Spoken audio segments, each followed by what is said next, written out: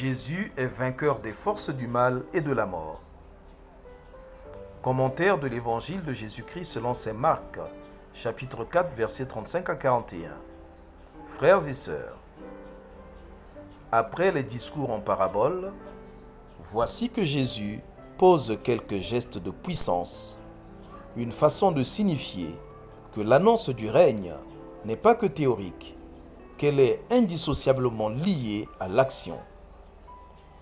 Mais il y a plus. Le récit de la tempête apaisée est comme un entraînement des disciples par rapport aux événements à venir.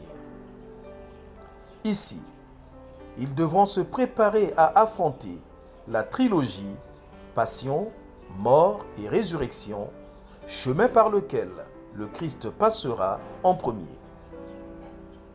En effet, Jésus décide de ses disciples à passer sur l'autre rive, comme au départ d'une mission.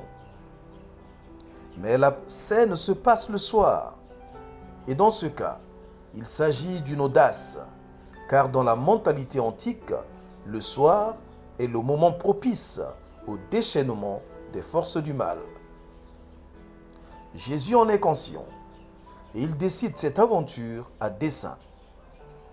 Il entraîne ses disciples dans une bourrasque pour qu'ils en tirent une leçon précieuse. Ils passeront par des intempéries de toutes sortes, mais ils devront garder confiance. Le Maître est là. Au fond de la barque, le Seigneur dort, alors que l'embarcation est mise à mal par les flots en furie et les disciples sont en plein désarroi, leur foi chancelante. Et quand Jésus se réveille, d'un mot, il dompte la tempête et les eaux de la mort. Ainsi, à la suite de la passion, symbolisée ici par les eaux déchaînées, Jésus s'endormira dans la mort au sein du chaos infernal. Au troisième jour, il manifestera par son réveil, par sa résurrection, sa puissance souveraine sur les forces du mal et de la mort. Quelle résolution! Dans les persécutions, dans le tumulte des flots déchaînés de la vie terrestre, j'aurai toujours les yeux fixés sur Jésus-Christ. Notre prière.